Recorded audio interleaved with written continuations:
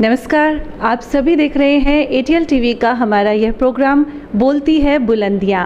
और आज इसी कड़ी में मैं अर्चना जैन आपको मिलवा रही हूँ अनुराधा सोनोग्राफी सेंटर की डॉक्टर अनुराधा जी, जो कि एक रेडियोलॉजिस्ट हैं। मैम, आपका बहुत बहुत स्वागत है। बहुत बहुत नमस्कार अर्चना जी, आपको और देखने वाले सभी दर्शकों को बहुत बहुत धन्यवाद ऑल टीवी का कि जिन्होंने मुझे अपने विचार रखने के लिए ये मंच दिया। मैम, सबसे पहले मैं आपसे जानना चाहूँगी कि सोनोग्राफी, जिसे हम अल्ट्रासाउंड भी कहते हैं, ये क्या टेक्निक है और किन किन बीमारियों को डायग्नोस हम इसके द्वारा कर सकते हैं? सोनोग्राफी यानी अल्ट्रासाउंड दोनों एक ही चीज़ हैं और ये एक आज के रोग निदान के क्षेत्र में सबसे अच्छा और सर्वोपरि टेस्ट है जी। ये एक तरह का मेडिकल डायग्नोस्टिक टूल है, यानी रोगों को निदान करने का एक तरीका है, और जिसमें कि हम पराश्रव्य ध्वनि तरंगों यानी कि बहुत उच्च आवृत्ति वाली ध्वनि तरंगों का इस्तेमाल विभिन्न रोगों की जांच के लिए करते हैं। उच्च आवृत्ति वाली ध्वनि तरंगे यानी जिन्हें हम अपने कानों से नहीं सुन सकते, 20 हर्ट्ज से ऊपर की ये तरंगे होती हैं, और डायग्नोसिस के लिए हम 2 से 18 मेगाहर्ट्ज की तरंगें, जो कि मानव श्रवण अंगों की क्षमता से बहुत ज़्यादा उच्च आवृत्ति की होती हैं, उन्हें हम नहीं सुन सकते हैं, उनका इस्तेमाल हम विभिन्न रोगों के निदान के लिए करते हैं जी। मैम, सोनोग्राफी कितने तरह की होती है? सोनोग्राफी 2 तरह की होती है। तो नॉर्मल जो कन्वेंशनल जिसमें ग्रे स्केल का यूज़ होता है, जिसे हम ब्लैक एंड वाइट सोनोग्राफी कहते हैं, और एक रंगीन सोनोग्राफी यानी डॉपलर सोनोग्राफी होती है, और दोनों ही एक दूसरे की पूरक हैं। तो सोनोग्राफी का अभी आपने पूछा कि सोनोग्राफी का क्या उपयोग है। जब भी कोई मरीज अपने डॉक्टर के पास पेट दर्द की समस्या लेके जाता है, तो सबसे पहला जो डॉक्टर उसको टेस्ट एडवाइस करते हैं वो सोनोग्राफी है, क्योंकि सोनोग्राफी एक बहुत ही सुलभ, हर जगह उपलब्ध और अपेक्षाकृत बहुत सस्ता और हानि रहित टेस्ट है हाँ, जिसे हम कितनी भी बार कभी भी आराम से करवा सकते हैं जी। तो मेन तो पेट, वैसे सोनोग्राफी सिर से पैर तक कई बीमारियों के लिए निदान के काम आता है, पर जो नॉर्मली आम जनता में भी है, जो कि पेट की बीमारियों के लिए और गर्भावस्था की सोनोग्राफी स्पेशली मुख्यतः है जी। अभी आपने बताया कि कितनी बार भी हम सोनोग्राफी करवा सकते हैं। अक्सर लोगों में ये भ्रांति रहती है कि जैसे प्रेगनेंसी में हम ज़्यादा सोनोग्राफी नहीं कराएं, ऐसा कुछ नहीं है। नहीं, ऐसा बिल्कुल नहीं है। जो आम जनता में ये भ्रांति है, जो रोज़ ही हमें देखने को मिलती है कि महिला या जो भी रोगी है उसके परिजन ये कहते हैं कि डॉक्टर तो हमें बार बार सोनोग्राफी लिख रहे हैं, लेकिन क्या ये टेस्ट हानिकारक तो नहीं है, इसमें किस तरह की किरणों का इस्तेमाल तो नहीं होता है, ये किरणें हमें कहीं कैंसर तो नहीं कर देंगी, या गर्भावस्था में विशेषतः उसके परिजन यही पूछते हैं कि गर्भ में पल रहे बच्चे की कहीं आँख तो नहीं खराब हो जाएगी, या इसके दिमाग का विकास तो नहीं रुक जाएगा। तो मैं आप सबको बहुत जोर दे के दृढ़ता के साथ ही बताना चाहूँगी कि सोनोग्राफी बिल्कुल हानि रहित और सेफ टेस्ट है। इसमें किसी प्रकार की विकिरणों का इस्तेमाल नहीं होता। जैसा कि शुरू में बताया कि इसमें ध्वनि तरंगों का इस्तेमाल होता है। ये ध्वनि तरंगें हमें अपने कानों से नहीं सुनाई देती हैं, लेकिन इन ध्वनि तरंगों का, जो कि पूरी तरह से सेफ है, उनका इस्तेमाल हम रोगों के निदान में करते हैं जी। गर्भवती महिलाएं जिन्हें सोनोग्राफी करवानी होती हैं, तो सबसे पहले तो सोनोग्राफी के लिए कुछ तैयारी उन्हें करनी होती है। प्रिकॉशंस इसके लिए क्या रखने पड़ते हैं? सोनोग्राफी के प्रिपरेशन के लिए अगर कोई पेट की सोनोग्राफी के साथ कोई मरीज आता है, तो उसमें यह मान लो कि उसको लीवर की कोई बीमारी सस्पेक्ट कर रहे हैं या पित्त की थैली की कोई बीमारी सस्पेक्ट कर रहे हैं, तो उसको यही एडवाइस किया जाता है, या फिर कोई पथरी गुर्दे की पथरी या आंतों की कोई बीमारी का संदेह अगर चिकित्सक को है, तो ऐसी स्थिति में हम मरीज़ को ये सलाह देते हैं कि वो कम से कम 6 से 7 घंटे की फास्टिंग करके आए। फास्टिंग मतलब वो पानी ले सकता है, बहुत कम दूध की चाय, ज़्यादा से ज़्यादा एक टोस्ट ले सकता है। इसके अतिरिक्त वो कोई नाश्ता या खाना ना खाए 6 से 8 घंटे तक, तो खाली पेट सोनोग्राफी का कहा जाता है। पर गर्भावस्था में ऐसी कोई आवश्यकता नहीं होती है। गर्भवती महिलाओं को यही कहा जाता है कि वो अच्छे से आराम से खा पी कर आ सकते हैं। तो गर्भवती महिलाओं के लिए ऐसी कोई प्रिपरेशन की ज़रूरत नहीं होती है। और इसके अतिरिक्त जो रंगीन सोनोग्राफी की जाती है, जो ब्लड वेसल्स की जो सोनोग्राफी जिसमें ब्लड का फ्लो देखना होता है, हाथ और पैरों की सोनोग्राफी, उसमें अगर वो पुरुष या महिला निकोटिन लेने का, सिगरेट स्मोकिंग का आदी हो, तो उनको सलाह दी जाती है कि कुछ घंटे तक वो इसका सेवन ना करें, क्योंकि उससे ब्लड वेसल्स के संकुचन की का प्रभाव डॉपलर सोनोग्राफी पे पड़ता है। डॉक्टर अनुराधा, आप हमें ये बताइए कि गर्भवती महिलाओं को कब कब सोनोग्राफी करवानी चाहिए, मतलब जैसे कितने महीने पर? और ये भी मैं साथ ही साथ जानना चाहूँगी कि क्या उनके अजन्मे बच्चे में यदि कोई बीमारियां हैं तो वो भी इसके द्वारा हम डिटेक्ट कर सकते हैं? गर्भवती महिलाओं के लिए वैसे तो सोनोग्राफी सभी मरीजों के लिए एक तरह का वरदान है, लेकिन गर्भवती महिलाओं के लिए अगर हम कहें कि सबसे अच्छा और सबसे सुरक्षित जो टेस्ट है वो सोनोग्राफी है।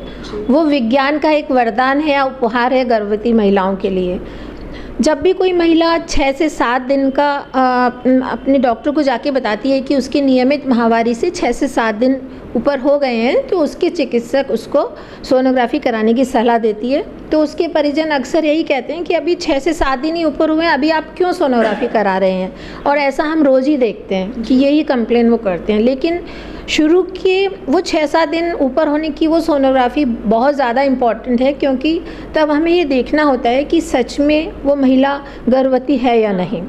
अगर वो गर्भवती है तो वो गर्भाशय में सही स्थान पर जाकर ठहरा है, या फिर गर्भाशय के चारों ओर जो स्ट्रक्चर होते हैं जैसे फेलोपियन ट्यूब है या अंडाशय है या पेट में कहीं अन्यत्र, तो वो जाके नहीं चिपक गया है। और वो उसका हमें अर्लीस्ट डायग्नोसिस बहुत इम्पॉर्टेंट है, क्योंकि जितना लेट हम वो डायग्नोसिस करते हैं तो उतना ही महिला की जान को खतरा बना रहता है।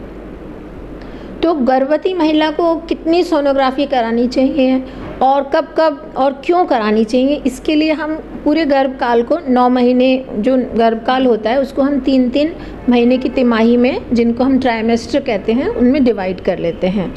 तो फर्स्ट ट्राइमेस्टर में एक सोनोग्राफी तो कंफर्मेशन ऑफ सोनोग्राफी जो 6-7 डेज़ ऊपर होने पर किया, और जिसका कारण मैंने बताया। फिर अगर बच्चे में धड़कन नहीं आई है तो 7-10 डेज़ बाद हम दोबारा सोनोग्राफी करके देखते हैं कि बच्चा सही है या नहीं। और इसी तिमाही में, पहली तिमाही के जो लास्ट वाले हिस्से में, यानी 11 to 13.6 वीक्स पे आजकल एक बहुत महत्वपूर्ण सोनोग्राफी की जाती है जिसे हम एंटी स्कैन कहते हैं। एंटी स्कैन में हम बच्चे की नाक की हड्डी, उसके पीछे गर्दन पे जो फ्लूइड होता है उसकी मोटाई, इसके अलावा उसकी कुछ ब्लड वेसल्स की सोनोग्राफी करते हैं। और ये आजकल के सिनेरियो में तो और भी ज़्यादा इम्पॉर्टेंट है, जबकि गर्भवती माताओं की उम्र बढ़ती जा रही है तो कुछ क्रोमोसोमल बीमारियां होने की आशंका भी ज़्यादा रहती है, तो इस एंटी स्कैन को कराया जाता है। तो पहली तिमाही में तो ये 2 सोनोग्राफी बिल्कुल ज़रूरी हैं। इसके अतिरिक्त कभी भी महिला अगर रक्तस्राव की शिकायत करती है या तेज़ पेट में दर्द की शिकायत करती है या कोई और कंप्लेन, जैसे कि उसको बहुत तेज़ फीवर है या डॉक्टर को कभी भी लग रहा है कि कुछ ठीक नहीं है, तो वो कभी भी उनको सोनोग्राफी एडवाइस करके बच्चे की वेलबींग चेक कर सकते हैं। और इसमें महिला को कोई हिचकिचाहट नहीं होनी चाहिए, क्योंकि सोनोग्राफी बिल्कुल सेफ़ है गर्भस्थ शिशु के लिए भी और माँ के लिए भी। अब हम दूसरी तिमाही पे आते हैं। दूसरी तिमाही में बच्चा इतना अच्छे से ग्रो कर जाता है कि हम उसकी सिर से पैर तक उसके सारे अंगों को चेक कर सकते हैं। तो इस समय जो महिला की चिकित्सक होती है वो उनको एक बहुत इम्पॉर्टेंट सोनोग्राफी एडवाइस करते हैं, जिसे हम एनॉमली स्कैन या लेवल 2 स्कैन कहते हैं। तो इस सोनोग्राफी को ये सोनोग्राफी बहुत मस्ट है, क्योंकि इस समय हम ज़्यादा से ज़्यादा कोशिश करते हैं कि बच्चे की बाह्य संरचना और उसके आंतरिक अंगों की संरचना कि वो अच्छे से बन तो रहे हैं, उनमें कोई सूजन या कोई गांठ या कोई चीज़ एब्सेंट तो नहीं है जो बच्चे के लिए खतरा साबित हो सकती है। तो ये सब चीज़ें हम देखते हैं। सिर की हड्डियाँ अच्छे से बनी हैं, मस्तिष्क के सारे अंग पार्ट्स का निर्माण हुआ है कि नहीं, फिर चेहरे में दोनों आँखें, उसकी नाक, दोनों होंठ बिल्कुल ठीक तो हैं, दोनों कान, फिर उसके बाद पूरी रीढ़ की हड्डी देखी जाती है, रीढ़ की हड्डी की सब हड्डियाँ सही हैं, कोई फोड़ा वगैरह तो नहीं है। इसके अलावा बच्चे के दिल की सोनोग्राफी कि उसके दिल में कोई छेद तो नहीं है, कोई पार्ट एब्सेंट तो नहीं है। फिर पेट में दोनों गुर्दे, लीवर, तिल्ली, पित्त की थैली, स्टमक बबल, आंतों के अलग अलग हिस्से और फिर मूत्राशय, ये सब सही तरीके से बने हैं कि नहीं जी। इसके अलावा इस लिहाज से तो ये सोनोग्राफी बहुत इम्पोर्टेंट हो गई। ये सोनोग्राफी बहुत इम्पोर्टेंट है और इसी समय हम माँ को बच्चे से एक कनेक्ट करने का अवसर मिलता है। जब हम उसको स्क्रीन पे बच्चे को दिखाते हैं तो वो देखती है कि हाँ, बच्चे को इस गर्भनाल के द्वारा पोषण मिलता है। तो उस समय हम बताते हैं उसको कि देखो, आप अच्छे से खाओगे तो बच्चे को मिलेगा। तो कई महिलाएं, जैसा कि हमारे समाज में है, कि वो अपने पूरे परिवार का ध्यान तो रखती हैं पर अपना ध्यान नहीं रखती हैं। तो इस समय एक इमोशनल बॉन्डिंग भी हम बच्चे के साथ माँ की डेवलप कर सकते हैं कि देखो, आपका बच्चा गर्भनाल से आपसे जुड़ा हुआ है, तो आप खाना खाओगे तो इसको खाना मिलेगा। तो उसको पोषण के बारे में, उसकी दवाइयों के बारे में भी सही जानकारी इस समय दी जा सकती है, उसके चिकित्सक के द्वारा भी और हमारे द्वारा भी। तो तीसरे महीने ये दूसरी तिमाही में ये इम्पॉर्टेंट सोनोग्राफी है। इसके बाद तीसरी तिमाही में बच्चे की वृद्धि दर देखने के लिए उसके चारों ओर जो पानी है वो तो ठीक मात्रा में तो है ना, और जो प्लेसेंटा वो सही स्थान पर तो लगा हुआ है, बच्चेदानी के मुंह का साइज़ बहुत ज़्यादा चौड़ा तो नहीं है, और जो सर्वाइकल कैनाल है उसकी लंबाई तो सही है ना। तो गर्भवती महिलाओं के लिए सोनोग्राफी से अच्छा कोई टेस्ट नहीं है जो जिसमें कि बच्चे, इसमें हम एक कलर्ड डॉपलर, जिसे कि रंगीन सोनोग्राफी भी कहते हैं, वो भी तीसरी तिमाही में की जाती है। अगर कोई महिला आके बताती है कि मेरा बच्चा नहीं घूम रहा है या उसको पानी लीक होना शुरू हो गया है या कि उनकी डॉक्टर को लग रहा है कि बच्चे की ग्रोथ बहुत कम हो रही है, तो ऐसी परिस्थिति में ये रंगीन सोनोग्राफी कराई जाती है। बच्चे की एक्चुअल पोजीशन हमें पता चल सकती है। उसमें अपने को रंगीन सोनोग्राफी में जो भी खून की नलियाँ बच्चे को माँ से जोड़ के रखती हैं, उनमें जो खून का दौरा है या फिर बच्चे की दिमाग की नसें हैं या फिर गर्भाशय को जो ब्लड वेसल्स खून सप्लाई करती हैं, इन सब में खून का दौरा नॉर्मल होना बहुत ज़रूरी है। अगर इनमें से किसी में भी खून के दौरे में कुछ डिस्टर्बेंस है तो इसका मतलब बच्चे की जान को खतरा है। तो कभी कभी हम उसमें उचित इलाज दे के बच्चे को बचा सकते हैं और कभी कभी तत्काल प्रसव भी कराया जा सकता है जी। इसके अलावा गर्भावस्था में कई सारी महिलाएं हाई रिस्क पे होती हैं, जैसे उनको शुगर की प्रॉब्लम है या फिर उच्च रक्तचाप की प्रॉब्लम है। तो ऐसे समय में एक ही टेस्ट है, वो है सोनोग्राफी, जो हम बार बार करा के, कभी कभी तो हर दूसरे दिन, हर तीसरे दिन करवा के बच्चे की वेलबींग पर अपनी नज़र रखते हैं जी। तो इस तरह से गर्भवती महिलाओं के लिए सोनोग्राफी एक वरदान के समान है। एकदम सेफ टेस्ट है ये। हाँ, एकदम सेफ टेस्ट है। गर्भवती महिलाओं के अलावा पेट की बीमारियों के लिए जो पहला टेस्ट है वो सोनोग्राफी है। अगर कोई पेशेंट पेट दर्द की शिकायत के लिए जाता है तो पेट दर्द का क्या कारण है उसके लिए सोनोग्राफी कराई जाती है। क्या उसको कोई लीवर में सूजन तो नहीं है, उसकी पित्त की थैली में पथरी तो नहीं है, उसकी गुर्दों में पथरी तो नहीं है।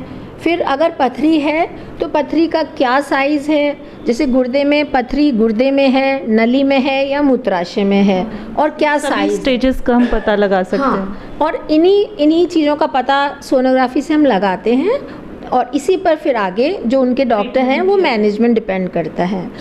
तो इस तरह से पेट की सोनोग्राफी पेट की सभी बीमारियों के लिए, जैसे अपेंडिक्स की इन्फेक्शन हो जाता है, अपेंडिसाइटिस है या फिर जॉन्डिस हो गया है, तो वो लीवर के वो मेडिकल जॉन्डिस है या सर्जिकल है, ये भी हम सोनोग्राफी से ही पता लगाते हैं। पेट में पानी तो नहीं भरा हुआ है, इसके लिए भी सोनोग्राफी कराई जाती है। तो इस तरह से पेट की बीमारियों के लिए पहला इन्वेस्टिगेशन सोनोग्राफी है। अब आते हैं हम जैसे 1 साल तक के बच्चे हैं उनमें सिर की सोनोग्राफी भी होती है, क्योंकि उनके जो सिर की जो हड्डियां होती हैं वो कुछ जगह से जुड़ती नहीं है, उनको हम फॉन्टेनली कहते हैं। तो उनके थ्रू हम बच्चे के ब्रेन की सोनोग्राफी, जैसे जो प्रीमेच्योर बच्चे हो जाते हैं या बच्चों में करेड़े आने की जो समस्याएं हैं, तो उसमें क्या क्या प्रॉब्लम्स हो सकती हैं, तो ब्रेन की सोनोग्राफी भी की जाती है जी। तो और इसके अलावा सोनोग्राफी में हम देखें तो गर्दन की सोनोग्राफी बहुत इम्पॉर्टेंट है। गर्दन में जैसे कोई भी मरीज अगर अपने डॉक्टर के पास गर्दन में कोई गांठ की समस्या लेके जाता है, तो वो गांठ गर्दन में लिम्फ नोड्स होते हैं, क्या वो तो नहीं बढ़ रहे हैं, या फिर उसकी थायराइड ग्लैंड तो नहीं बढ़ रही है। इसके अलावा गर्दन के पास, कानों के पास अपनी लार ग्रंथियाँ होती हैं, उनमें कोई गांठ या सूजन तो नहीं है, लार ग्रंथियों की नलियों में कोई पथरी तो नहीं फंसी हुई है। इन सब के लिए भी हम सोनोग्राफी करते हैं। मतलब आप ये कहना चाहेंगे कि शरीर के किसी भी हिस्से की सोनोग्राफी की जा सकती है और बीमारियों का पता लगाने के लिए सबसे पहला और सेफ टेस्ट यही है, सोनोग्राफी है। सोनोग्राफी की कुछ लिमिटेशंस हैं, जैसे हम जहाँ हड्डियों के बारे में और जिस ऑर्गन में एयर होती है, हवा होगी, वहाँ हम सोनोग्राफी का उपयोग नहीं कर पाते हैं, भली बात ही। तो जैसे कि हम फेफड़ों के अंदर की चीज़ सोनोग्राफी से नहीं पता लगा सकते, लेकिन फेफड़े के चारों ओर अगर पानी भरा हुआ है तो हम वो सोनोग्राफी से पता लगा सकते हैं। अभी जैसे मैं गर्दन की सोनोग्राफी की बात कर रही थी, तो जैसे कुछ पेशेंट्स होते जिनको स्ट्रोक की समस्या हो गई है, तो उसमें कैरोटिड डॉपलर जो एक रंगीन सोनोग्राफी होती है, कैरोटिड धमनियाँ होती हैं जो ब्रेन को ब्लड सप्लाई करती हैं, तो वो एक महत्वपूर्ण सोनोग्राफी है जो स्ट्रोक के पेशेंट में की जाती है। उससे अपने को पता चलता है कि इन कैरोटिड नलियों में कहीं संकुचन तो नहीं है या कोई रक्त का थक्का तो नहीं जम रहा है, तो जल्दी से जल्दी उस पेशेंट का उचित इलाज करके उसका जीवन बचाया जा सकता है। जी। अनुराधा जी, अब मैं आपसे जानना चाहूँगी कि सोनोग्राफी के जैसी आपसे बातचीत की तो उससे पता चला कि बहुत बेनिफिट्स हैं, लेकिन इसका एक नेगेटिव एस्पेक्ट इस रूप में देखा जा सकता है कि इसमें होने वाले बच्चे का लिंग निर्धारण मतलब लिंग का पता चल जाता है। इस बारे में आप क्या कहेंगे? सोनोग्राफी जैसा कि हमारा भारतीय समाज है, पुरुष प्रधान समाज है, तो हमारे देश में अभी इतना विकास होने के बाद भी अभी भी हमारी जो माताएं हैं वो खुद भी शायद ये इच्छा रखती हैं और उनके परिजन भी कि पहली संतान कम से कम पुत्र हो, या फिर अगर हमारी पहले पुत्री है तो पुत्र हो। तो इस तरह से सोनोग्राफी का ये एक दुरुपयोग किया गया कि हम बच्चे के स्वास्थ्य की जानकारी को तो हमने पीछे धकेल के सेकेंडरी करके और प्रायोरिटी पे रखा कि बच्चा लड़का है लड़की, जो कि अगर मैं कहूँ जो मेरी भावना है कि ये मानवता के प्रति और ईश्वर के प्रति एक निकृष्टतम और जघन्य अपराध है। और इसी को ध्यान में रखते हुए जब हमारा लिंग रेशो, सेक्स रेशो गड़बड़ाने लगा, तो भारतीय सरकार ने PCPNDT कानून भी बनाया और अब इसकी बहुत कड़ाई से पालना होती है। और ये बड़े गर्व का विषय है कि हमारे राजस्थान में और कम से कम अलवर का मुझे पता है कि यहाँ हमारे चिकित्सकों ने इसे पूरी तरह से छोड़ दिया है। तो इस तरह से अब सेक्स रेशो भी बहुत इम्प्रूव हुआ है। तो ये सभी महिलाओं से और उनके परिजनों से हम निवेदन भी करेंगे कि इस अपराध को कभी ना करें, और जो भी करने का सोचे उसे हम दृढ़ता से रोकना चाहिए। जी। डॉक्टर, आप मुझे ये बताइए कि यूट्रस में फाइब्रॉयड की अक्सर महिलाओं में समस्या होती है, गांठ की, तो इससे भी सोनोग्राफी से एग्जैक्टली डिटेक्ट किया जा सकता है? बिल्कुल। महिलाओं में की बच्चेदानी की समस्याएं या बच्चेदानी के चारों तरफ जो स्ट्रक्चर हैं उनमें कोई गांठ की समस्या, अगर कोई भी ऐसी समस्या हो, अगर कोई भी महिला अपने चिकित्सक को जाके बताती है कि मुझे अनियमित माहवारी है या बहुत ज़्यादा माहवारी आती है या माहवारी के समय बहुत पेट में दर्द होता है, तो इन सभी का कारण ढूंढने के लिए हमें सबसे पहले सोनोग्राफी ही एडवाइस किया जाता है। तो उस समय भी हम 2 प्रकार की सोनोग्राफी करते हैं।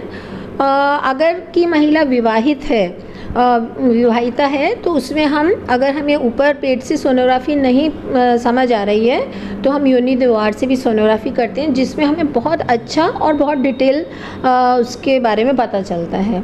और महिलाओं के लिए तो इसके अलावा पेल्विक इन्फ्लेमेटरी डिजीज़ होती हैं कि सफ़ेद पानी, अपने देश में पता है कि महिलाएं अपना ध्यान नहीं रखती हैं, तो उस समय जैसे उनमें खून की कमी होना और सफ़ेद पानी की शिकायत होना, तो इस सब के लिए हमें यूट्रस की सोनोग्राफी अवश्य ही करानी चाहिए कि उसमें कोई इन्फेक्शन तो नहीं है, गांठ तो नहीं है जिससे कि एक्सेसिव ब्लीडिंग हो रही है और उसमें खून की कमी हो रही है। तो इस तरह से ये सोनोग्राफी बहुत इम्पॉर्टेंट है, जिसे हम पेल्विक अल्ट्रासाउंड भी कहते हैं। डॉक्टर, कैंसर जैसी खतरनाक बीमारियों के बारे में भी हम सोनोग्राफी से पता लगा सकते हैं। कैंसर जैसे पेट का या कहीं का भी कैंसर हो तो उसकी वो कैंसर कितना खतरनाक है, उसकी वैस्कुलरिटी जो हम कलर्ड सोनोग्राफी से पता करते हैं, उसका साइज़ क्या है, वो कितना फैल गया है। तो जो लिम्फ नोड्स, जैसे मैंने बताया कि नेक में अगर लिम्फ नोड्स हैं, पेट में लिम्फ नोड्स हैं, तो उसकी स्टेजेस पता कर सकते हैं और उन्हीं स्टेजेस पे उसका ट्रीटमेंट डिपेंड करता है। महिलाओं में छाती की सोनोग्राफी बहुत इम्पॉर्टेंट है अभी, क्योंकि आजकल इंटरनेट का ज़माना है, तो हमारी महिलाएं, इवन ग्रामीण महिलाएं भी बहुत एजुकेटेड हैं इस मामले में कि अगर उनको छाती में ज़रा दर्द होता है या उनको लगता है कि मुझे कुछ गांठ का एहसास हो रहा है तो वो तुरंत आती हैं। तो उस समय हम उनकी एंग्जाइटी को बहुत हद तक ख़त्म कर सकते हैं सोनोग्राफी करके कि आपकी छाती में सच में ही कोई गांठ है या सिर्फ कोई हार्मोनल प्रॉब्लम से आपको ये शिकायत हो रही है।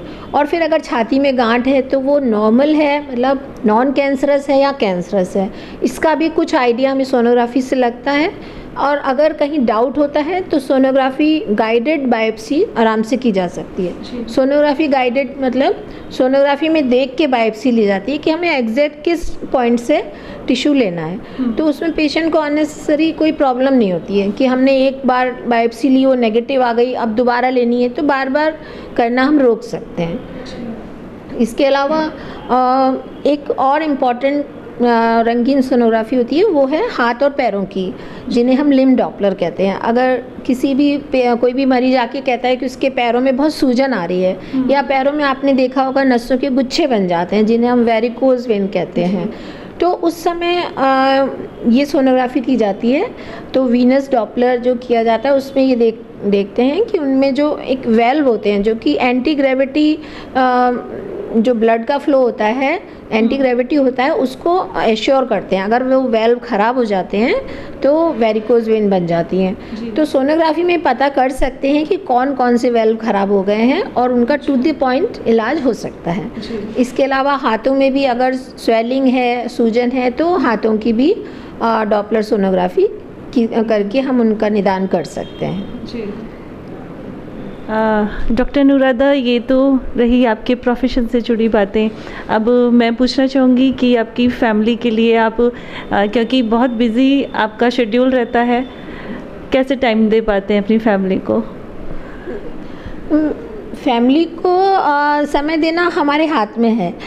क्योंकि हम अपने काम को लिमिट कर सकते हैं और अब बच्चे बड़े हो गए हैं और वो अपनी अपनी लाइन में हैं, तो मैं अब थोड़ा रिलेटिवली फ्री हूँ और मैंने अपना टाइम जो यहाँ हॉस्पिटल का है वो बहुत नियमित कर रखा है, तो इमरजेंसी केसेस नहीं ले पाती हूँ। तो इस तरह से मैं अपने आप को पूरा टाइम दे पाती हूँ और जो हो सके तो कुछ समाज सेवा में भी अपना योगदान देती हूँ। जी, मतलब काम के समय काम और जो समय आपके घर का है वो आपके घर के लिए है। हाँ, वो देते हैं। ठीक। हमारे जो पेशेंट्स हैं, जो भी चाहे वो गर्भवती महिलाएं हैं या और भी पेशेंट्स हैं, उनके लिए आप एक क्या जनरल सलाह देना चाहेंगी? मैं आप सभी महिलाओं को ये सलाह देना चाहूँगी कि वो समाज के लिए और परिवार के लिए बहुत ज़रूरी हैं। वो समाज की, परिवार की धुरी हैं। तो वो अपना ख्याल रखें, परिवार के साथ साथ पहले अपने आप को भी प्राथमिकता दें, क्योंकि अगर वो सही रहेंगी तो वो परिवार का, अपने बच्चों का, अपने पति का अच्छे से ख्याल रख पाएंगी और समाज की में भी की उन्नति में भी अपना योगदान दे सकेंगी। डॉक्टर अनुराधा, मैं ये पूछना चाहूँगी कि जो निसंतान महिलाएं हैं और संतान पाना चाहती हैं, तो उनके लिए सोनोग्राफी कैसे महत्वपूर्ण है? जैसा कि हम सब जानते हैं कि मातृत्व का सुख हर महिला के लिए सबसे बड़ा सुख है। एक बच्चे को जन्म देकर महिला संपूर्णता को प्राप्त होती है। तो निसंतान महिलाएं अक्सर ही बहुत निराशा के अंधेरे में होती हैं, क्योंकि समाज की तरफ से भी उनको बहुत ताने, अपने प्रियजनों की तरफ से बहुत कड़वे वचन सुनने को मिलते हैं। तो ऐसी महिलाओं के लिए भी एक सोनोग्राफी एक बहुत अच्छा निदान है, क्योंकि काफ़ी केसेस ऐसे होते हैं जिसमें महिला में कोई कमी नहीं होती है, बल्कि उसके पार्टनर में कोई कमी होती है। तो निसंतान महिलाओं के लिए सोनोग्राफी में हम लोअर एब्डोमेन की यानी पेल्विक अल्ट्रासाउंड करके देखते हैं कि उसके बच्चेदानी का साइज़ बिल्कुल ठीक है, हाँ उसके अंडाशय भी बिल्कुल ठीक हैं, और इसके अलावा एक सोनोसेल्पिंजियोग्राफी होती है जिसमें दोनों ट्यूब उसकी खुली हुई हैं, ये सब पता चल जाता है। तो उसमें एक फर्स्ट जो सबसे इम्पॉर्टेंट टेस्ट है वो होता है फॉलिकुलर मॉनिटरिंग यानी ओवुलेशन स्टडी। तो इसमें हम उस महिला के पीरियड्स के हिसाब से फर्स्ट डे को पहला दिन मान के सेकंड डे एक सोनोग्राफी करते हैं, बेसिक स्कैन, कि इसके अंडों की मात्रा, जो फॉलिकल की मात्रा है दोनों अंडाशयों में, वो उनकी संख्या अच्छी तो है ना, बहुत कम तो नहीं है। और फिर उसके बाद जैसा कि नाम से अपने को पता लग रहा है कि फॉलिकुलर मॉनिटरिंग, तो अगर उसका माहवारी का साइकिल एकदम नियमित है तो नॉर्मली माहवारी के पहले दिन से हम गिनते हैं और 8वें दिन, 10वें दिन ऐसे ऑल्टरनेट डे फॉलिकल मैच्योर होने की जांच करते हैं। उस फॉलिकल के अंदर जो अंडा डेवलप होता है, ये उसकी जांच होती है। तो अगर ये फॉलिकल सही बन रहे हैं तो उसके बाद फिर नेक्स्ट स्टेप देखा जाता है। अगर ये ज़्यादातर महिलाओं में यही कमी पाई जाती है। कुछ तो लाइफ स्टाइल की वजह से होता है, कुछ हार्मोन्स की वजह से होता है। जैसे लाइफ स्टाइल की वजह से तो PCOD जैसी प्रॉब्लम्स आजकल बहुत होती हैं। तो अगर एस फॉलिकल बनने में कुछ प्रॉब्लम है तो उसका दवाइयों से बहुत आराम से इलाज हो जाता है। तो इस तरह से, और इसके बाद बच्चेदानी के अंदर कोई गांठ इस तरह की तो नहीं है जो बच्चा लगने में प्रॉब्लम दे रही है। तो अगर इस तरह की कोई गांठ है तो उसको शल्य चिकित्सा से उसको निकाला जा सकता है। इसके अलावा बच्चे के अंदर की जो लाइनिंग है वो बिल्कुल प्रॉपर तो है, जहाँ जाके गर्भ ठहरता है, अगर उसमें भी कुछ कमी है तो वो भी हार्मोनल ट्रीटमेंट से सही की जा सकती है। इसके अलावा जो प्राकृतिक अगर रूप से महिला कोई मां नहीं बन सकती तो IUI और IVF, इन प्रक्रियाओं में भी सोनोग्राफी मॉनिटरिंग के हिसाब से बहुत ज़्यादा इम्पॉर्टेंट है, क्योंकि सोनोग्राफी के बिना ये प्रक्रियाएं नहीं की जा सकती। इस तरह से निसंतान दंपतियों के लिए भी सोनोग्राफी बहुत बहुत ज़रूरी और इम्पॉर्टेंट है। मैम, बहुत बहुत धन्यवाद, आपने हमें अपना समय निकालकर हमें अपना समय दिया। बहुत बहुत धन्यवाद अर्चना जी, और सभी दर्शकों का बहुत बहुत धन्यवाद। तो ये थी हमारे साथ अनुराधा सोनोग्राफी सेंटर की डॉक्टर अनुराधा जैन, जिनसे हमने बातचीत में पाया कि जो हमारी महिलाएं हैं वो अपना ख्याल रखें, और क्योंकि वो अपने परिवार के लिए इम्पॉर्टेंट है, अपना ख्याल रखेंगी तो वो परिवार का भी रख पाएंगी। साथ ही साथ जब भी अगर उन्हें, जैसा कि मैम ने बताया कि कोई भी दिक्कत होती है इससे रिलेटेड, पेट दर्द से, या फिर जब आप गर्भ धारण करती हैं, तो तुरंत अपने डॉक्टर से सलाह लें और सोनोग्राफी से जुड़ी कोई भ्रांति नहीं रखें, क्योंकि यह सबसे सेफ टेस्ट है जिससे हम अपनी सभी बीमारियों का पता लगा सकते हैं। मेरे सहयोगी सचिन मेहंदी दत्ता के साथ मैं अर्चना जैन, ATL TV अलवर के लिए।